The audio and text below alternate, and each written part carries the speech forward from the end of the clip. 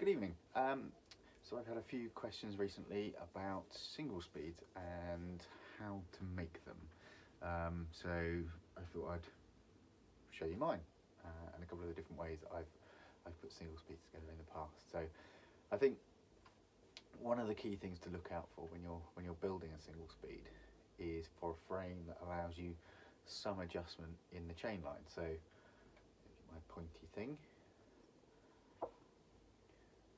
Nice big spanner.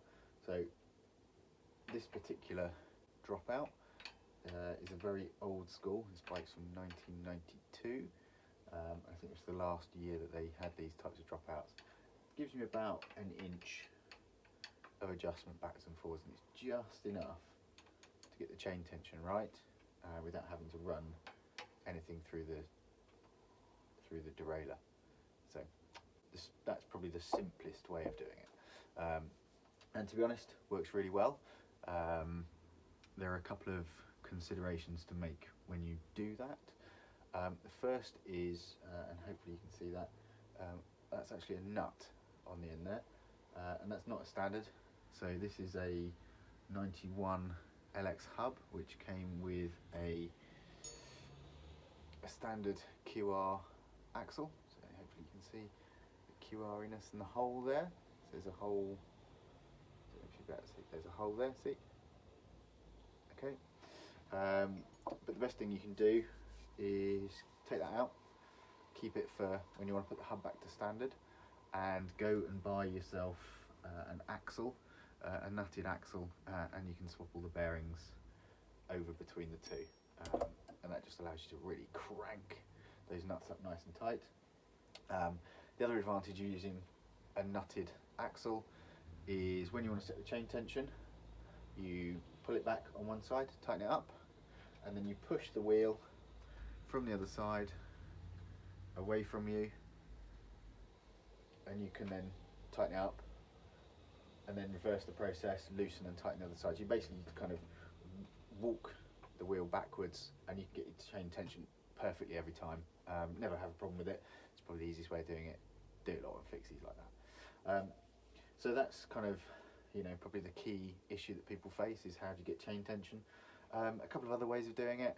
I've tried a few of these kind of tensioners in the past. This is just I don't even know where this one came from, to be honest. It's one that I've had for some time. Chain tensioner. I think it was actually used on a recumbent, hence the huge wheel on it. But effectively, that bolts on there and takes the place of a derailleur and just springs the chain tight. I'm not a big fan of these. They work okay, but they're not brilliant. Chain tension can sometimes be a mystery with them, and you get a lot of chain bounce because although they hold the chain quite tightly, they kind of push it away from the cog, and therefore you get a bit where when you're really cranking you can pull the chain over the top of the cog, especially if it's not super tight. My preferred method actually, if you've got one lying around, and most people have, it's just an old derailleur, and this one's oh goodness knows, some sort of Sachs rival from the 90s probably, and just lock it out into the right position. Again, goes on there much the same as you would a normal derailleur. Keeps your chain nice and tight. Also hoops it round towards the chainstay rather than away, so you get that full loop of the chain on the rear sprocket. That's what you want. And then you can just use, I've actually just found a grub screw that fits in the hole. Hopefully you can see in there. So your adjuster screws, and you can use the adjuster screws just to set the chain line, get it spot on, never have to worry about it ever again. Also makes it easier to get your wheel out because you just, as you would a derailleur. So perfect. So that's the back end. That's your chain tension sorted, which is the biggest headache. Moving on, what you also need to think about is just having a single sprocket, and it's worth getting a specific single speed sprocket. I think this is just a kit from a local bike shop, and it's just some spacers and a sprocket that's got no shifting pins on it. I used to use the sprockets out of an old cassette, but because they were designed for shifting, occasionally you would flip your chain off, which was a real pain. Even on bikes with, you know, proper single speed adjustable dropouts, it would still occasionally kind of flap off the sides. So proper sprockets, what you need. Moving to the front of the bike, any old crankset will do. See the chain's a bit dirty, needs a good clean. It's been out for a good ride recently. And what you could do with here then, so normal chain ring, and again single speed specific chain ring. I haven't tried, but I suspect the narrow wide chain rings work really well. So gearing wise, you know, whatever your flavour is, I go 32/16 standard single speed gearing for a 26, and I happen to have that gearing lying around because I've had single speeds for donkeys, and it's a straightforward conversion, no problem.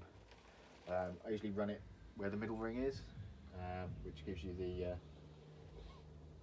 the best position for a nice straight chain line, which again, what you want. You don't want your chain coming off at any point, especially when you're really cranking uphill.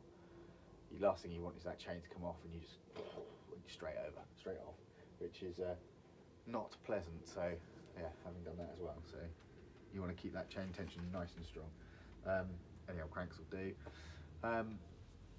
So yeah, that's pretty much chain ring sorted.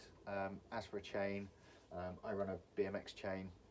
It's pretty heavy duty, doesn't really stretch particularly, and seems strong. I also run without any split links, because I've broken those a few times before,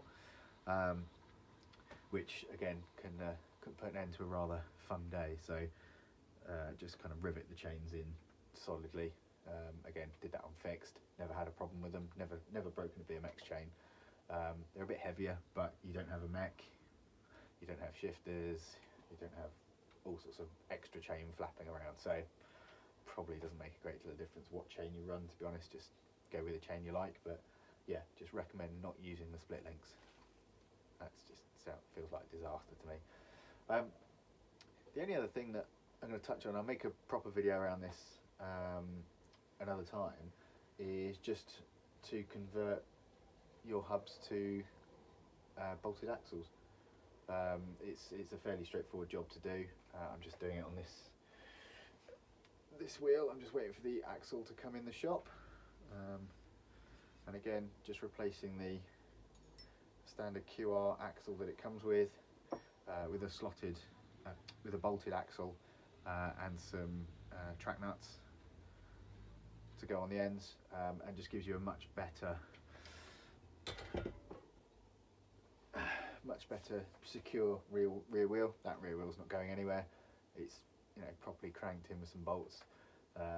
QRs, don't even try it. You'll literally do 3 cranks and it will go, and that's it. You either snap your QR, buckle your wheel, bust your wheel, snap your chain, all sorts of nastiness. Usually when you're trying to push on up a hill and you really have to crank on a single speed. So yeah, so any questions, put them in the comments down below. But yeah, fairly straightforward, easy peasy to build, and then you end up with boxes and boxes of shifters, which I've got a few kind of kicking around, which can go on other bikes. So yeah, thank you very much, enjoy, and yeah, go build single speeds.